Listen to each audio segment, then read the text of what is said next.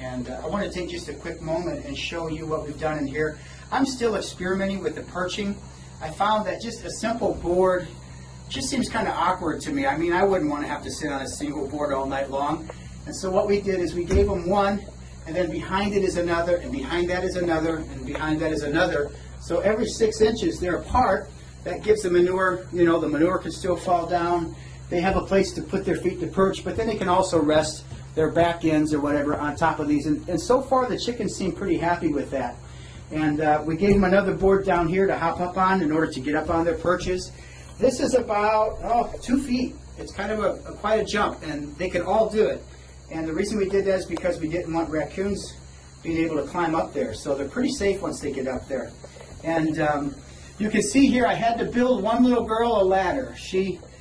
Even when we put the perches down low, when these were down low, she was never able to climb up and down that perch. And so, needless to say, I had to build her a ladder, and she has gotten a little bit better, a little more agile sitting up here, a little more comfortable.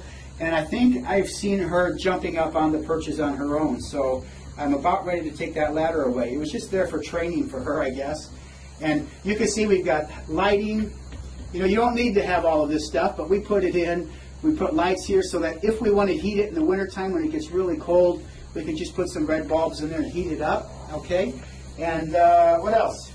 Here's their door that they go in and out. And I wanted to show you this. This is the wiring around the windows. And this is just a cheap little window that we bought at Menards with just a screw, I think, is all we have in the bottom to create the hinging effect. And this is just a basic latch. And what my carpenter did was he took the wire, stapled it, kind of cut it to a size, and then he bent it, kind of bowed it, so that the window can never open any farther than that. And you can see the latch here. As I say, it just kind of, you can latch it so it stays in place. I've actually used it to, if I want to close the windows a little bit, I can still just latch that over, and it's locked in place. And we actually had a raccoon trying to get in here the other night. We saw his footprints all over the outside of the windows, but he couldn't get past that wiring. And that was just a little bit of genius on my carpenter's part. One other thing I wanted to show you is our cupola. It's an actual working cupola, and you probably saw it on the outside of the building here a moment ago.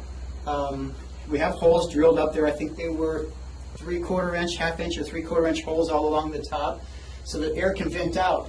This is actually a working cupola where when you slide that over, you determine the amount of ventilation that your coop is going to have, and that works really, really well. And that way we're able to close up the windows and still have the right kind of ventilation going in. And then lastly, I wanted to show you the nesting boxes. You know, just like anybody's nesting boxes, I suppose, but that's where the girls lay their eggs, and that's where it all starts. Oh, hey, one last thing I want to show you, and that is our door. This is my door installed, okay? And if you're interested in looking at the automatic chicken coop doors that we offer, this is mine installed, and I have mine on a timer. You can also set it on a photo eye that will close in the evening and open in the morning. I'm a little worried about doing that with mine, in case of a storm, and in case it gets dark too early or something, they'd be locked out. But here's my door, and you can see flawlessly goes up and down. And the girls, when the girls are up on their perches, it closes, and so there's never a problem. And there's never a problem with that door hitting the chicken. You can see the door